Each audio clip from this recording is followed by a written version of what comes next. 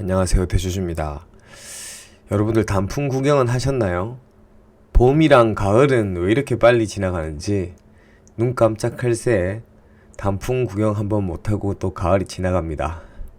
저도 이제 사진으로 보다가 오늘 오후에는 평창으로 애들 좀 데리고 그래도 마지막 단풍이라도 보러 지금 좀 평창에 가려고 하고 있고요. 그래서 장중에 이제 여러분들 뵙고 가려고 방송을 열었습니다.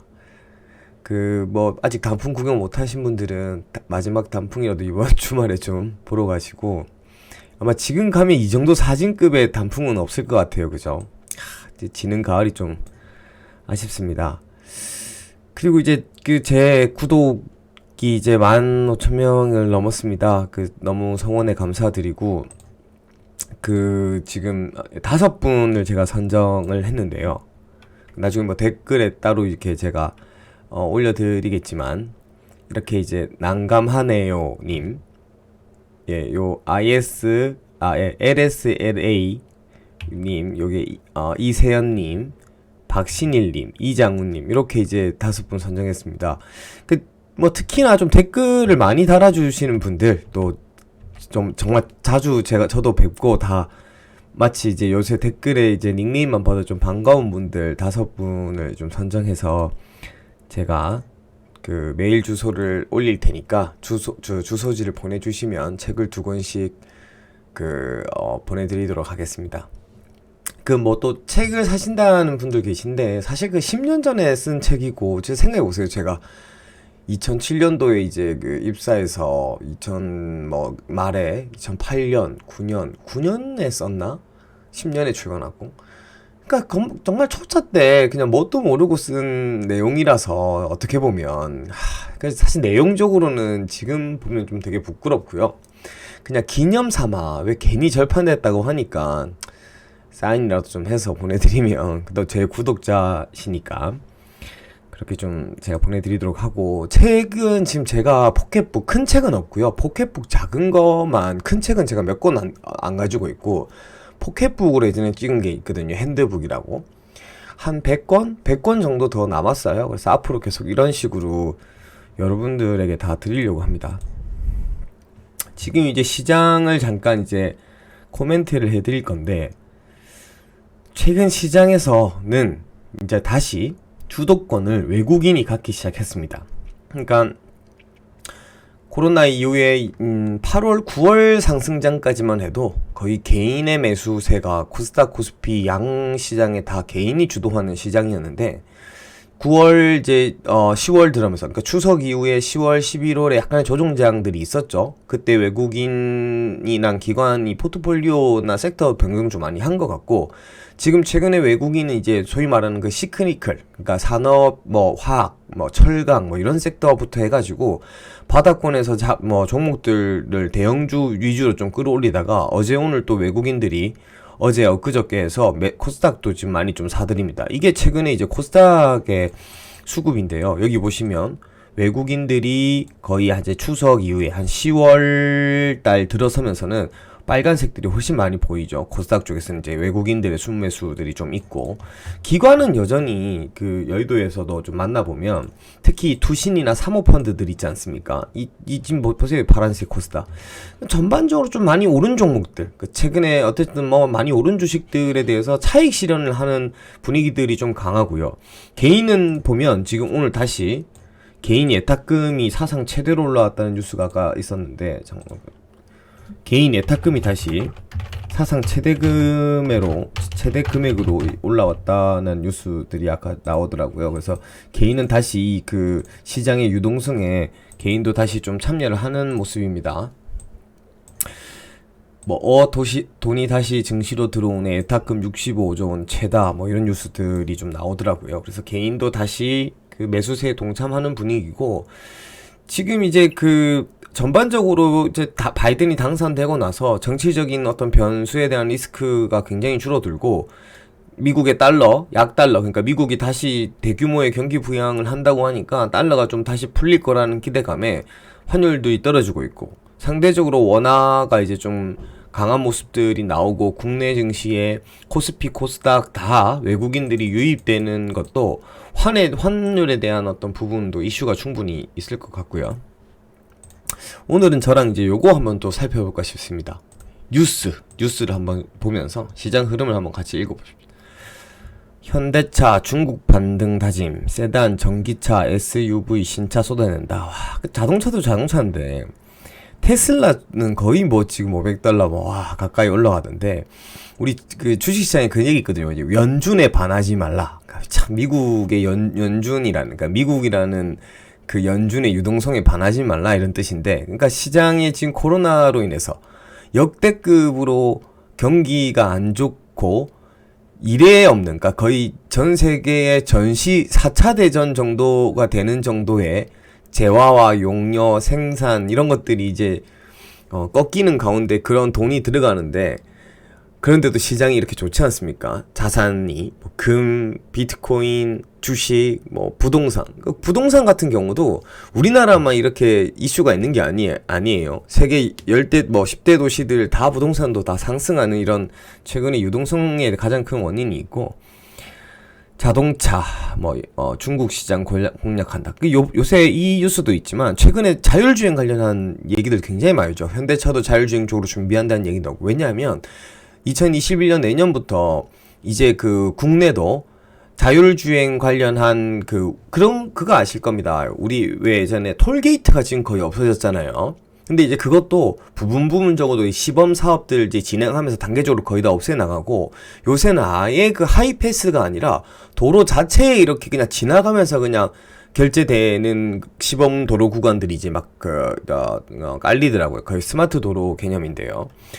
그러니까 이게 자율주행 쪽도 최근에 계속 유수량이 되게 많아지고 있습니다. 막 드론이나 이런 새로운 산업 분야들이 블랙 프라이데이, 의류, IT, 가전보다 운송, 해운업종 등이 수혜볼 듯.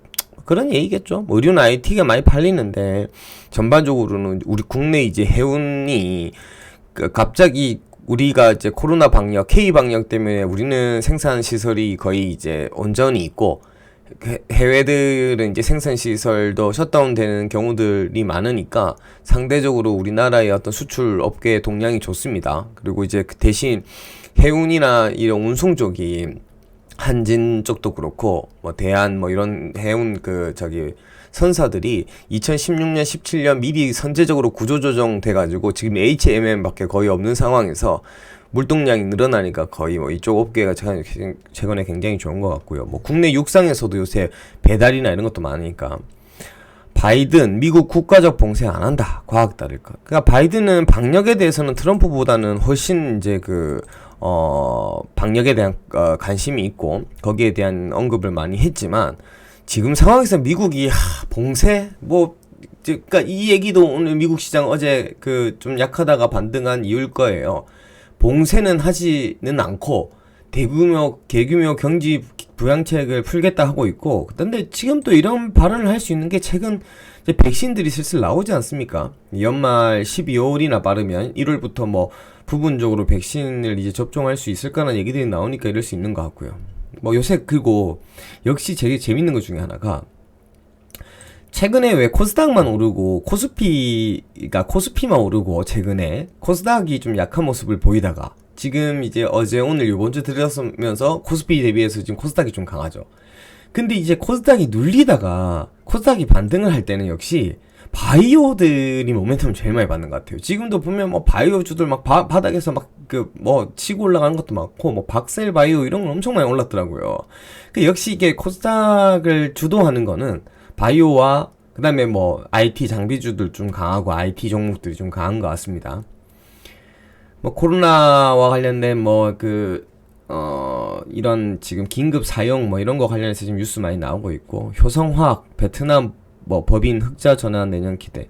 효성그룹은 전반적으로 좀 좋은 것 같아요. 저는 효성 TNC도 많이 올랐지만 효성 ITX라고, 이것도 제가 관심 주식인데 이 클라우드 쪽이거든요. 클라우드나 데이터 센터 앞으로 그런 쪽 데이터 센터 쪽 관련한 관리하는 회사고 한데, 매출이 한 4천억씩 나고 작년 기준으로 영업이익 130억 정도 나는 효성의 그룹인데 시가총액은 2,500억밖에 안 해요. 굳이 섹터 업종으로 보면 더 좋은 비전이랑 KINX 뭐 이런 쪽이랑 좀 비슷한 일을 하고 있는데 좀 찾아보시면 될 거고, 그 제가 왜 관심이 있냐면 현대중공업이 요새 효성중공업이 그 아시아 데이터 센터 건설 수주를 많이 받았어요. 아마존 데이터 센터도 효성중공업이 하고, 그리고 좀 글로벌에 아마존이나 이런 그 큰 그 글로벌의 유통회사나 뭐 데이터 회사들이 그 데이터 센터 아시아 전진 기주로 우리나라를 선택하는 경우도 많아요. 우리나라가 지금 코로나에도 좀 안정적이고 여러 가지 측면에서.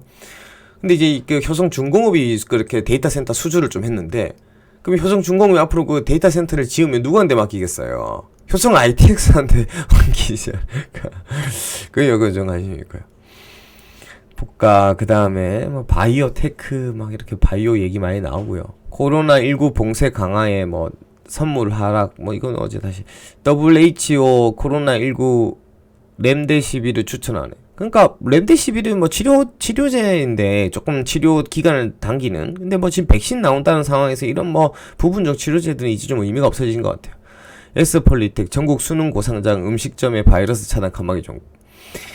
이게 참 이거 뭐 S폴리텍가 언급한 적이 있지만 수능에 제가 들어갈 거라고 했고, 이거 뭐 이제 예견된 기사가 나온 건데 아까 뭐 10% 정도까지 오르더니 다시 좀 눌립니다. 맨날 뉴스 나오면 좀 오르다 빠지고 막 이러더라고요. 어쨌든 얼마 전에 그 회사 전화도 해봤어요. 보니까 이제 미리 제가 일주일 전에 지난주에, 그러니까 수능에 칸막이 들어가냐, 그러니까 들어간다. 일단 그 투명 가르막이라고 요새 많이 이제 뭐 식당에도 쓰고 쓰잖아요. 근데 세 가지 종류가 있대요. S폴리텍의 폴리카보네이트, 그 다음에 아크릴, 그 다음에 PET라고 해서 뭐 페트, 그러니까 거의 플라스틱 같은 거예요. 그러니까 이제 아크릴은 조금 불투명하고 페트는 플라스틱이고, 그러니까 재질이 좀 안 좋고 좀 싸 보이고 기스도 나고 그러는 거예요. 근데 폴리카보가 기스도 잘 안 나고 제일 단가가 비싸요. 이렇게 장당 뭐 칸막이에 뭐 10,000원이면 딴 거는 뭐 몇천 원씩도 하더라고요. 근데 물론 지금 수능이 되게 일회성으로 또 쓰기도 하고, 아니면 수능에 쓴 걸 또 나중에 뭐 딴 데 이렇게 쓰기도 하고 뭐 이렇게 한다고 하는데, 지자체마다 이거는 뭐 이 회사 거 무조건 써 이런 게 아니라, 지금 이제 지자체들 중에서도 재질이 제일 좋은 폴리카보를 쓰려고 하는 회사들은 뭐 당연히 뭐 여러 수십 군데 S폴리텍에 연락 올 거고, 생산량도 되는 회사니까. 그 다음에 그 덩달아 플라스틱 업체인 PET나 아크릴 같은 회사들도 최근에 수혜를 해요. 또 재밌는 게, 그 이제 이게 앞면만 이렇게 수능날 당일날 이렇게 가리는데, 원래는 완전 그 이제 투명이었는데 수능에 쓰는 건 약간 반투명이에요. 왜냐면 그거 비친다고 해가지고. 근데 요즘 이제 수능 준비하시는 수험생들이 이 환경을 적응하려고 집에도 수능 때 그 시험 보는 책상 있죠. 요새 좀 고시학원 같은데 그 책상을 구해가지고 갖다 놓고, 이제 그 학원 같은 데나 집에서도 그 칸막이를 사놓고 이제 계속 거기 적응하려고 연습한대요. 그러니까 이 생각보다 이게 수요가 많이 나오는 것 같아요.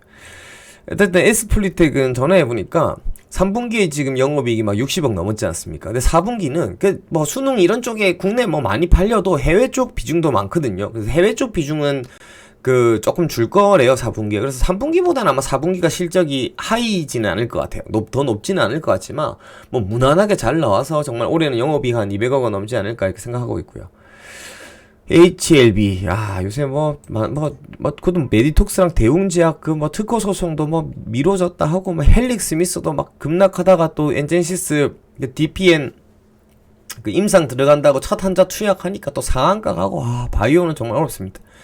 바이든 재무장관 추수감사절 전후로 뭐 결정할 듯 이런 것들 뉴스를 같이 이렇게 조금 읽어봤고요. 전반적으로 어쨌든 시장은 다시 유동성 장세의 랠리가 좀 시작되나. 근데 여전히 섹터 변동성도 커요. 어떤 주식들이든 한번 오르면 또 오르기보다도 한번 오르면 하루 빠지고, 뭐 올랐다가 빠지고, 오늘은 여기 들불처럼 여기 붙었다가 저기 붙었다가 이런 좀 추세인데, 사실 작년에나 재작년에는 항상 대주주 양도과세 이슈가 있었어요. 올해는 그걸 3억으로 줄인다 해가지고 뭐 10월 달에 미리 사실 그 악재를 맞은 측면이 있지만, 작년 기준으로도 대주 양도과세 종목당 15억이니까 개인 큰 손들도 사실 연말에 수익 많이 났던 종목들은 이제 비중들 좀 줄이거나 이러거든요. 근데 작년 같은 경우는 11월 말이나부터 12월 거의 한 중순 말까지 12월 장이 좋지 못했어요. 양도과세 이슈 때문에. 그리고 연말에 반등해서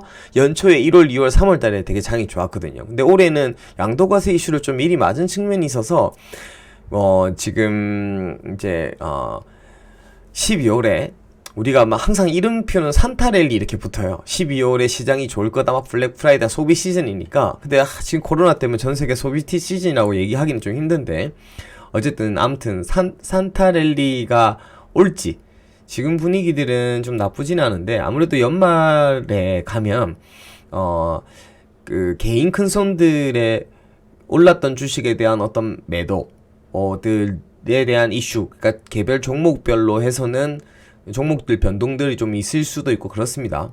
배당주들은 상대적으로 또 연말에 갈수록 또 매력적이겠지만, 어쨌든 지금 시장은 다시 외국인과 개인들이 좀 주도하면서 중소형주 위주 코스닥이 좀 강한 모습들을 다시 보이고, 바이오테크, 그 다음에 IT 테크 쪽 주식들에 대한 모멘텀이 좋다, 이런 분위기에 대해서 잠깐 언급을 드리면서 시장 뷰를 마치도록 하겠습니다.